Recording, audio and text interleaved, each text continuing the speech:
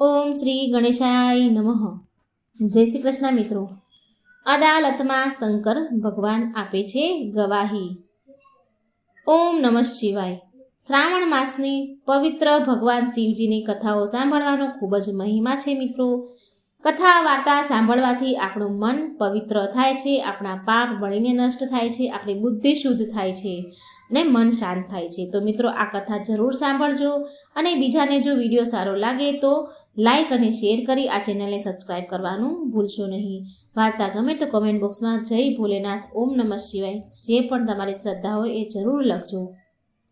એક સમયની વાત છે.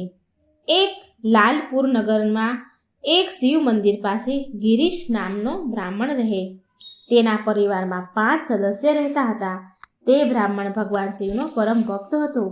તે મંદિરમાં ગિરીશ પૂરી સાચી શ્રદ્ધાથી અને પૂરા મનથી પૂજા પાઠ કરતો હતો. પણ કોઈ કારણથી ધીરે ધીરે એક પછી એક તેના સદસ્યની મૃત્યુ થવા લાગી. એના બધા સદસ્યની મૃત્યુ થઈ ગઈ. હવે માત્ર તે ગિરીશ બ્રાહ્મણ એકલો જ રહી ગયો. આમ બધાનું મૃત્યુ થઈ ગયું. એવામાં ગિરીશ બ્રાહ્મણે વિચાર્યું કે પરિવારના લોકોની આત્માની શાંતિ માટે તેનું શ્રાદ્ધ ક્રિયા કર્મ મારે કરવા જોઈએ. પણ તેની પાસે એટલા પૈસા ના હતા કે તેણે ગલ્લો પૈસાનો તોડ્યો તો પણ પૈસા પૂરા નીકળ્યા નહીં. એવામાં એણે ઘરને ગીરવે મૂકવાનો વિચાર કર્યો અને એક શેઠને ત્યાં આના વિશે વાત કરવા ગયો. ઘર ગીરવે મૂકવાની. બ્રાહ્મણે શેઠને કહ્યું કે પ્રણામ શેઠજી. શેઠ બોલ્યા, આવો બ્રાહ્મણ દેવ, તમારે અહીં કેમ આવવાનું થયું? બ્રાહ્મણ બોલ્યા કે શેઠજી, મારે મારા પરિવારના લોકોનું શ્રાદ્ધ કરવું છે, પણ મારી પાસે પૈસા નથી, માટે હું મારું ઘર ગીરવે મૂકીને થોડા પૈસા લેવા માટે આવ્યો છું. જો તમે આ મારા ઘરને ગીરવે રાખીને બદલામાં મને 10,000 રૂપિયા આપશો તો તમારી બહુ મહેરબાની રહેશે. હું જલ્દીથી ધીરે ધીરે કરીને તમારો એક એક પૈસો હું ચૂકવી દઈશ. આ સાંભળી પેલા શેઠે કહ્યું, ઠીક છે ગિરીશ, લઈ લે, 10,000 રૂપિયા લે, આ હું તને આપું છું. આમ શેઠે ગિરીશ બ્રાહ્મણને 10,000 રૂપિયા આપીને ઘરને ગીરવે રાખ્યું.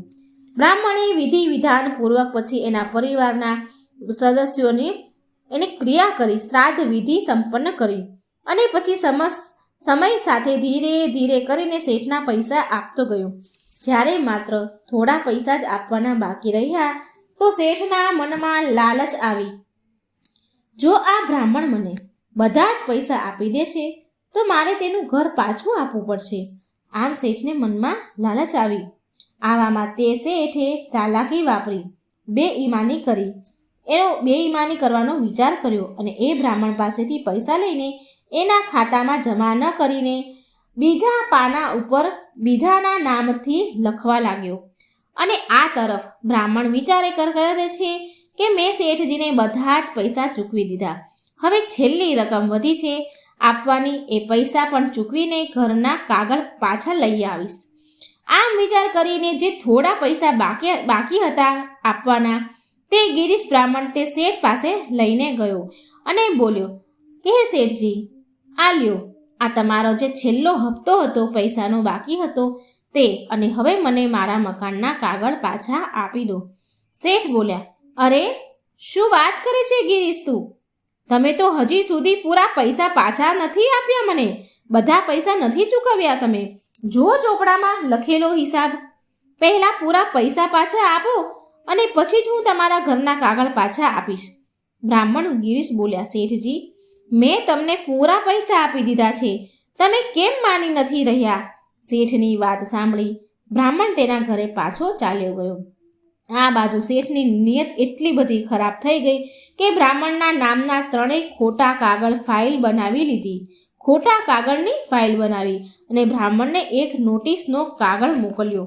એના ઘરે એક દિવસ પોસ્ટમેન નોટિસ લઈને આવ્યો અને બોલ્યો કે તમે શેઠજીને પૂરા પૈસા ચૂકવ્યા નથી, માટે તમારું આ મકાન શેઠજીના નામે થઈ ગયું છે.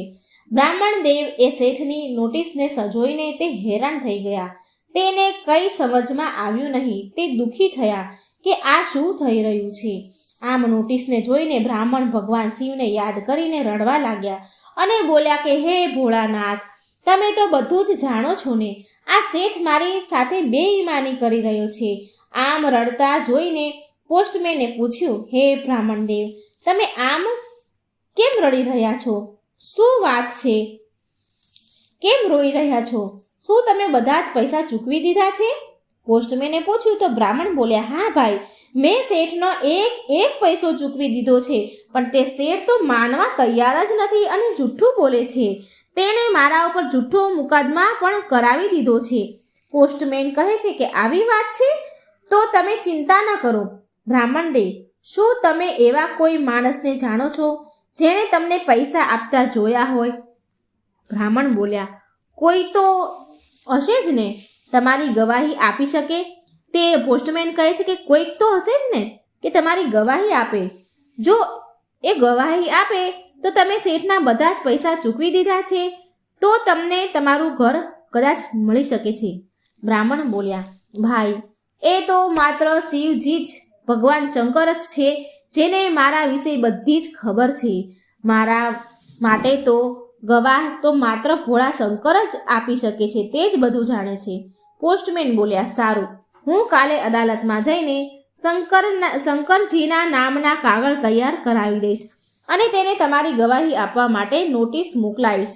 જ્યારે તેને કાગળ બનીને તૈયાર થઈ જશે ત્યારે એ તમારી સાથે આવીને કોર્ટમાં ગવાહી આપશે.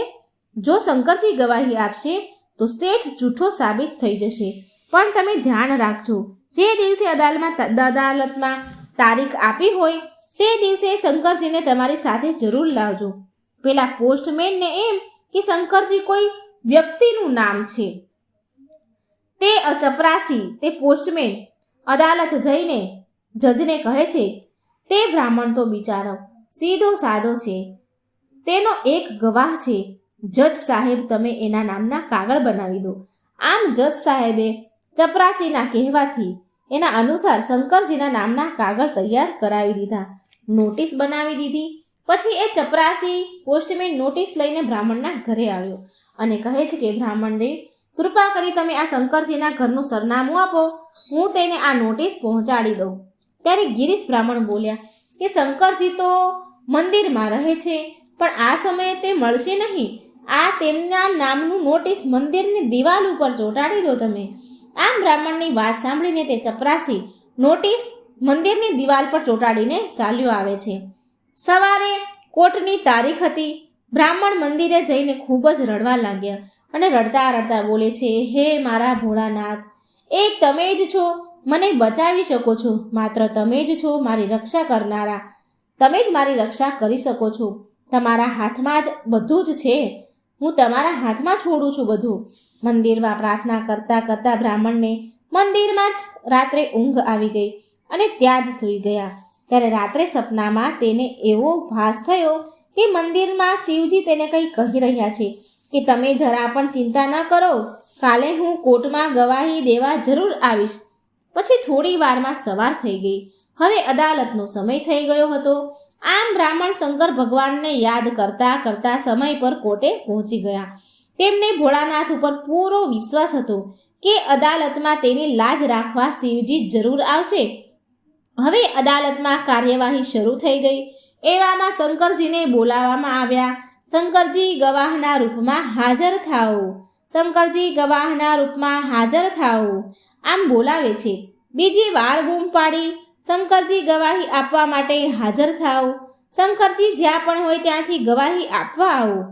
ચપરાસી બોલ્યો કે શંકરજીને 3 વાર ગવાહી આપવા માટે બૂમ પાડી, પણ શંકરજી તો આવ્યા નહીં. એવામાં થોડી વાર થઈ એટલે ત્યારે બહુ સુંદર એક વ્યક્તિ શાલ ઓઢીને શરીરને ઢાંકીને અદાલતમાં હાજર થયા. જજે જ્યારે તે સુંદર યુવકને જોયો તો એ જોતા જ રહી ગયા. એ એટલા મોહિત થઈ ગયા કે તે યુવક પરથી તેમની નજર હટતી જ નથી. એટલો સુંદર એ યુવક. તો જજ તો મોહિત થઈ ગયા. જજ તો મનમાં ને મનમાં વિચાર કરવા લાગ્યા કે આટલો ખૂબ સુંદર યુવક ગવાહી દેવા આવ્યો છે. થોડી વાર પછી તેમને હોશ આવ્યો એટલે જજે તે યુવકને પૂછ્યું કે શું તમારું નામ શંકરજી છે?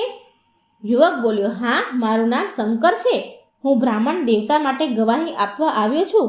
યુવકના રૂપમાં ભગવાન શિવે ધાબળાથી તેનું શરીર ઢાંકીને રાખ્યું હતું. યુવક બોલ્યા કે શું તમને ખબર છે કે આ બ્રાહ્મણ દેવે બધા જ પૈસા શેઠને ચૂકવી દીધા છે? શંકર ભગવાનના રૂપમાં એ યુવક કહે છે કે હા જજ સાહેબ, આ બ્રાહ્મણ દેવે બધા જ પૈસા ચૂકવી દીધા છે શેઠના, અને આ શેઠ જુઠ્ઠું બોલી રહ્યો છે.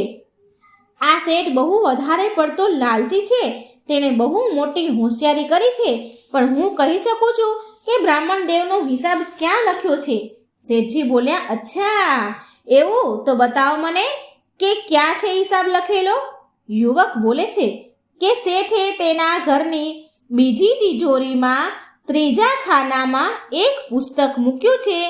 એ પુસ્તકમાં આ બ્રાહ્મણ દેવનો બધો જ હિસાબ લખ્યો છે. જ્યારે તમે એ પુસ્તક ખોલશો તો તે પુસ્તકના 6થા નંબરના પાના ઉપર બ્રાહ્મણનો અડધો હિસાબ લખેલો છે. પણ આ લાલચી શેઠે બ્રાહ્મણ દેવનો બાકીનો હિસાબ તે પુસ્તકના 49 નંબરના પાના ઉપર લખ્યો છે. શંકરજીની વાત સાંભળીને જજ સાહેબ તો અદાલતના 2 વ્યક્તિને તે શેઠના ઘરે મોકલી દીધા. 2 આદમી શેઠજીના ઘરે ગયા અને 2 આદમીએ શેઠજીના કહેવા અનુસાર, ભગવાનના કહેવા અનુસાર તે પુસ્તક નીકાળ્યું અને એને લઈને તે અદાલતમાં આવ્યા. જજ સાહેબે તે પુસ્તકના લખેલા હિસાબને જોયો તો એવું મળ્યું કે શંકરજીની કહેલી આ બધી જ વાતો સાચી છે. શેઠજી તો રડતા રડતા બોલવા લાગ્યા કે જજ સાહેબ, મને ક્ષમા કરી દો. મારાથી બહુ મોટી ભૂલ થઈ ગઈ છે. લાલચમાં આવીને હું સમજી ન શક્યો અને હું આ બ્રાહ્મણને ઠગવા માંગતો હતો, પણ હું ઠગી ન શક્યો. મેં વિચાર્યું કે આ બ્રાહ્મણનું ક્યાં કોઈ છે, એનું તો કોઈ છે નહીં. શેઠજીની વાત સાંભળીને જજે તે શંકરજીની સામું જોયું તો જજ સાહેબ હેરાન રહી ગયા, કારણ કે તેમને જોતામાં શંકરજી અદૃશ્ય થઈ ગયા હતા. અદાલતની કાર્યવાહી પૂરી થઈ ગઈ હતી. જજ સાહેબે શેઠજીને સજાનો હુકમ આપી દીધો. આ બધું પૂરું થઈ ગયું એટલે જજ સાહેબ સીધા તેના સ્થાન ઉપરથી ઉતરી, જે જજનો જે બેઠક હોય, જે સીટ હોય, એ સ્થાન પરથી નીચે ઉતરીને બ્રાહ્મણના ચરણોમાં પડી ગયા અને બોલ્યા, સાચું સાચું કહો છો તમે બ્રાહ્મણ દેવ? ગવાહી દેવા માટે કોણ આપ્યું હતું? સાચું સાચું મને કહો કે કોણ હતું એ? બ્રાહ્મણ બોલ્યા કે આજ તો શંકરજી હતા જે મારી ગવાહી આપવા આવ્યા હતા. બ્રાહ્મણની વાત સાંભળી જજ બોલ્યા કે આ શંકરજી ક્યાં રહે છે? અને આ સાંભળી જજને લઈને શિવજીના મંદિરે બ્રાહ્મણ આવે છે અને શિવજીની મૂર્તિ તરફ ઈશારો કરીને કહે છે કે જુઓ, અહીં રહે છે મારા શંકરજી. આ સાંભળી જજને પણ આંખમાં આંસુ આવી ગયા. ગદગદ થઈને ભગવાનને પ્રાર્થના કરવા લાગ્યા અને તેમનો નિર્ણય લીધો કે હવે તે શિવજીની ભક્તિ કરશે, બીજું તે કંઈ નહીં કરે. જજે પણ આવો નિર્ણય કર્યો. જજ સાહેબ પર ભોળાનાથનો એટલો બધો પ્રભાવ પડ્યો કે તે બધું છોડીને ત્યાં ભગવાનના મંદિરમાં જ લીન રહેવા લાગ્યા. તો મિત્રો, આવા છે આપણા શિવ શંભુ ભોળાનાથ. જ્યારે પણ તેમના ભક્તને કષ્ટ પડે છે, જરૂર પડે છે, ત્યારે કોઈ પણ રૂપે તેના ભક્તની મદદ કરવા જરૂર આવે છે. માટે બોલો પ્રેમથી જય ભોળાનાથ, જય શિવ શંકર. જો મિત્રો તમને આ વાર્તા સારી લાગી તો વિડીયોને લાઇક અને શેર જરૂર કરજો અને આ ચેનલને સબસ્ક્રાઈબ પણ જરૂર કરજો. કોમેન્ટ બોક્સમાં શિવજીનું નામ જરૂર લખજો. જય શ્રી કૃષ્ણ. રાધે રાધે. Thank you.